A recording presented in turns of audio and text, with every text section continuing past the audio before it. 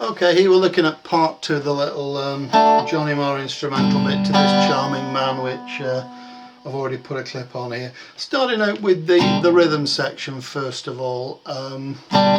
What he's doing here, there's 5 chords all together in it. The first one is a G, which he plays sort of like this, that the way you can play it any way you like, I suppose.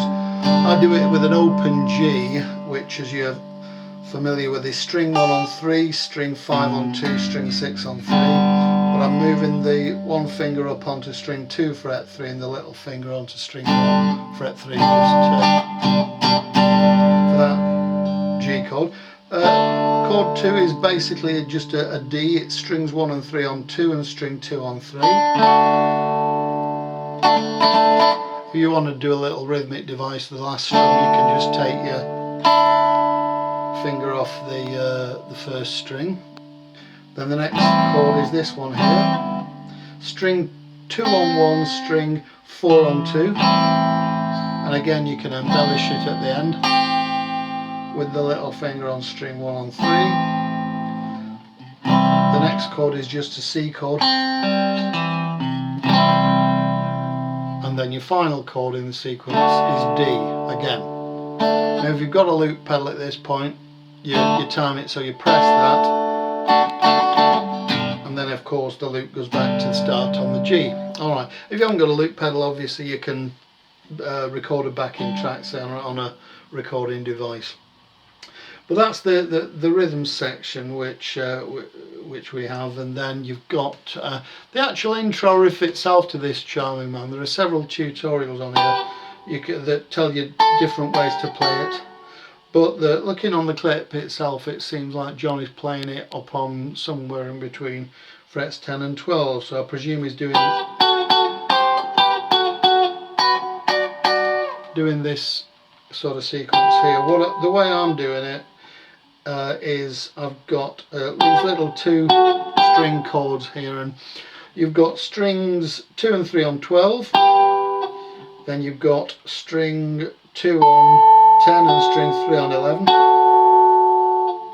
Then I move up here to string 2 on 13, string 3 on 12.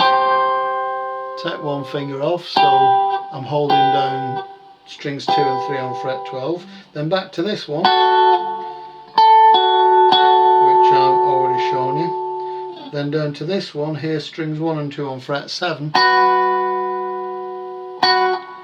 And then you're adding on the little finger on string 1 on fret 10. So altogether you've got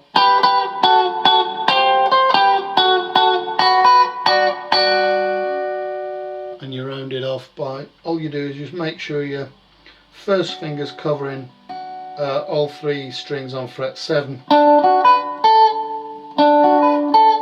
and you're just doing that sequence there,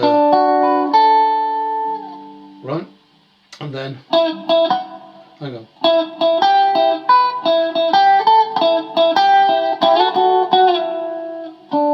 all I'm doing there is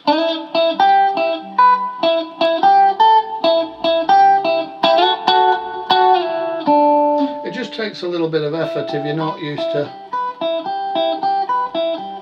getting your fingers in that order, but just keep at it and you'll soon get the hang of it.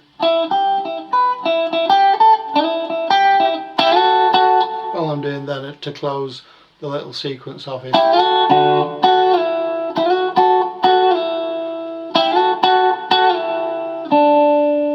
that, and what Johnny plays is like something like a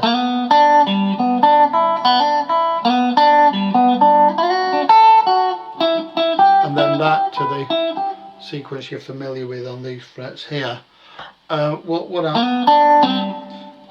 What I'm doing here is it's based around this little chord group here, and it's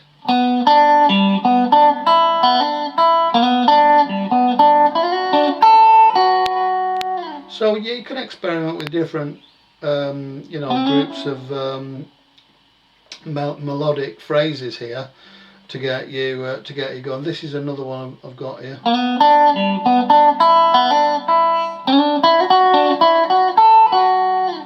can go